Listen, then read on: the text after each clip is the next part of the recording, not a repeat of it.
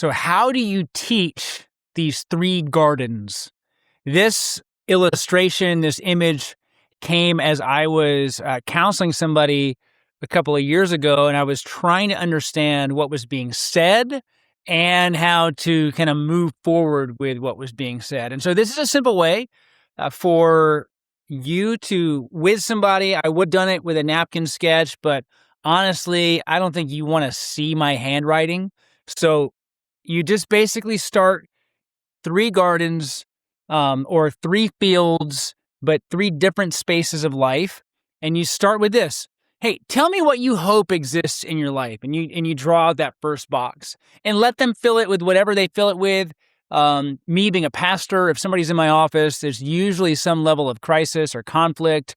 I take the opposite of that to begin the conversation. And so they might say things like, oh, well, I want a good marriage. I want to have a good marriage. I'll go, what does a good marriage sound like? And they might say date nights or real good connection, mentoring other people. They might list all kinds of things.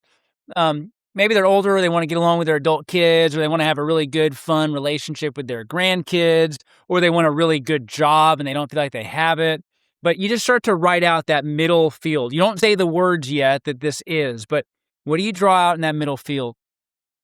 And so you get that list. It doesn't have to be long, but stays there in the middle. Then you draw another box around it. You go, hey, tell me what concerns you. And you give them an opportunity to fill all of that in, right? So it could be, well, what if I lose my friendships? What if I don't become a good provider? What if my kids get sick? What if my spouse leaves me? What if I'm just unhappy?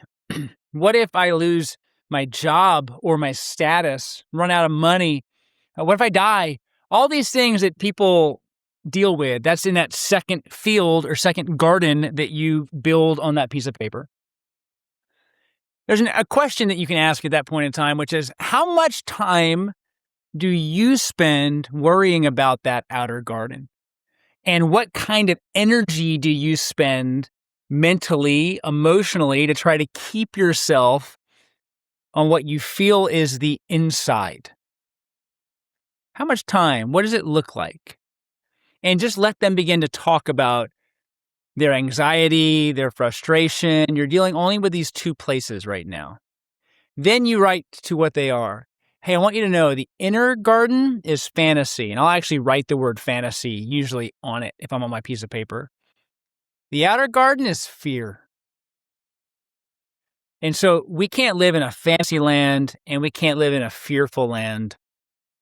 There's actually one more thing that you don't even know is there. And again, me as a pastor talking to somebody usually who's a follower of Jesus, I can talk about faith in this life that we live together. But I go, what's missing is faith. And you draw this third box on the outside of it. Restored friendships.